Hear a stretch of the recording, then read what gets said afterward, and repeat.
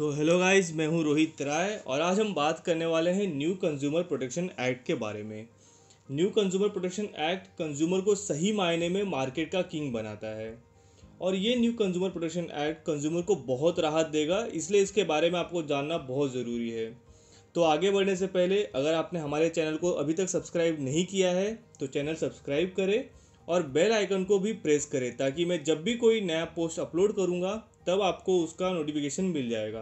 तो पहले तो आपको बता दूं कि 1986 में भारत में सबसे पहले आया कंज्यूमर प्रोटेक्शन एक्ट 1986, जो अक्टूबर 1986 में असेंबली में पास हुआ और इफेक्ट में आया 24 दिसंबर 1986 से। तो क्यों लाया गया ये एक्ट?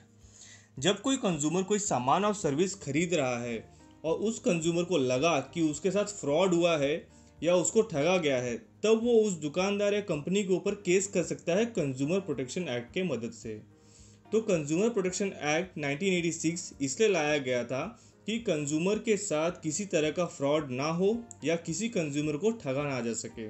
लेकिन जिस तरह से देश दिन पे दिन डेवलप हो रहा है, लोग दिन प्रतिदिन एडवांस हो रहे हैं, मार्केट डिजिटल हो रही है और रोज़ नए नए तरीके आ जाते हैं लोगों को ठगने के लिए, तो कंज्यूमर प्रोटेक्शन एक्ट 1986 में भी बदलाव करने की ज़रूरत थी और इसीलिए कंज्यूमर प्रोटेक्शन एक्ट में बदलाव किया गया और the ministry of consumer affairs, food and public distribution ने 8 जुलाई 2019 को लोकसभा में एक न्यू बिल इंट्रोड्यूस किया, जिसे 30 जुलाई 2019 को पास किया गया लोकसभा में और 6 अगस्त 2019 को पास किया गया राज्यसभा में और अब 20 जुलाई 2020 से ये न्यू बिल लागू हो गया है। तो आज हम बात करने वाले हैं न्यू कंज्यूमर प्रोटेक्शन एक्ट 2019 के कुछ ऐसे पॉइंट की जो आपके लिए जानना ज़रूरी है।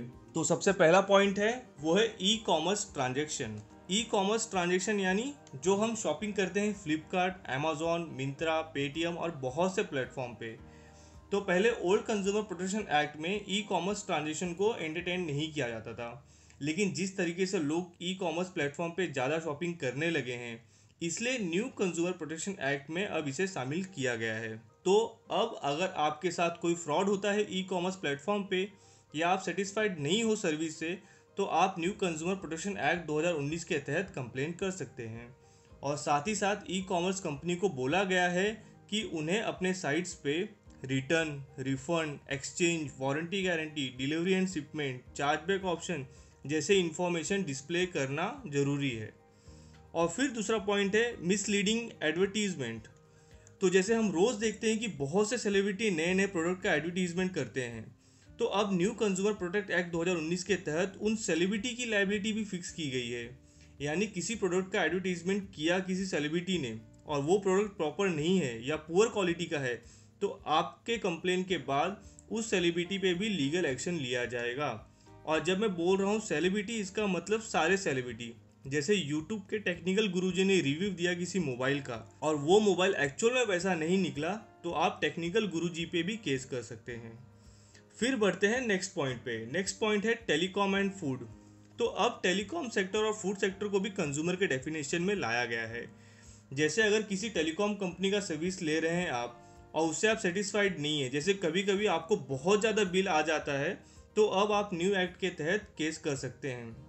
और फूड सेक्टर, जैसे अभी हम फूड ऑर्डर करते हैं स्विगी, जोमेटो, फूड पांडा या उबर ईट से, तो इन पे भी आप केस कर सकते हैं इस न्यू एक्ट के तहत। फिर नेक्स्ट पॉइंट है मैन्युफैक्चरर्स लायबिलिटीज़। तो पहले होता था कि जिस सेलर से प्रोडक्ट लिया है उस पर ही आप केस करते थे, उसमें मैन्युफैक्चरर इन्वॉल्व नहीं होता था, बट अब आप मैन्युफैक्चर पे भी केस कर सकते हैं। फिर नेक्स्ट पॉइंट है एग्रीगेटर्स लायबिलिटी।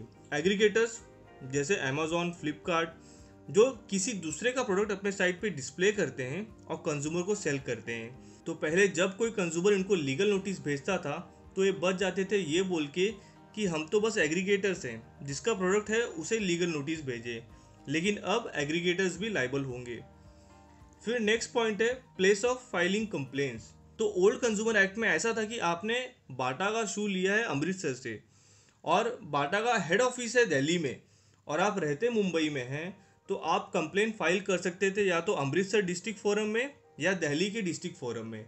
लेकिन अब न्यू कंज्यूमर प्रोटेक्शन एक्ट के तहत कंज्यूमर जहां रहता है वहां के डिस्ट्रिक्ट फोरम में वो कंप्लेन कर सकता है। ये बहुत ही अच्छा बदलाव किया गया है।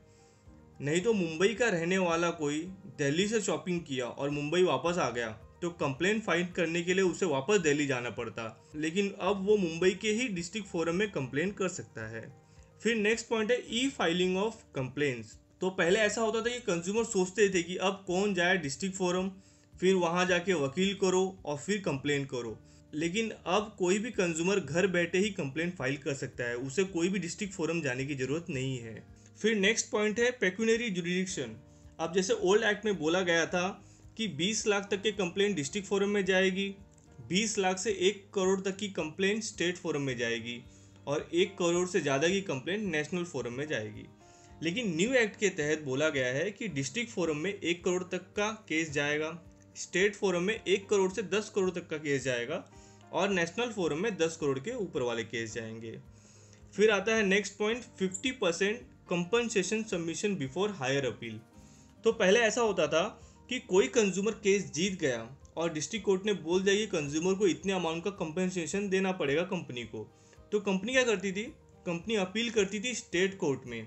इससे क्या होता था कि सालों तक बस केस चलता रहता था। लेकिन अब न्यू एक्ट में बोला गया है कि अगर कंज्यूमर केस जीत गया है और डिस्ट्रिक्ट कोर्ट ने बोला है कि कंज्यूमर को कंपेंसेशन देना है और कंपनी चाह रही है कि हायर लेवल पे अपील करना है, तो कंपनी को पहले 50% ऑफ कंपनसेशन अमाउंट कोर्ट में सबमिट करना होगा और उसके बाद ही वो आगे अपील कर सकता है और फिर वो 50% कंपनसेशन अमाउंट कोर्ट कंज्यूमर को देगा। तो इससे ज़्यादातर कंपनी हायर अपील के लिए नहीं जाएंगे क्योंकि 50% अमाउंट तो पहले सबमिट करना ही है। और लास्ट पॉइंट आपके लिए जानना ज़रूरी है कि अब आप पीएफ और ईएसआईसी के लिए भी कंज्यूमर कोर्ट में कंप्लेंट कर सकते हैं। तो आई होप गाइस आपको ये टॉपिक समझ में आ गया होगा। तो अभी के लिए बस इतना ही, आपसे लेता हूँ विदा। धन्यवाद।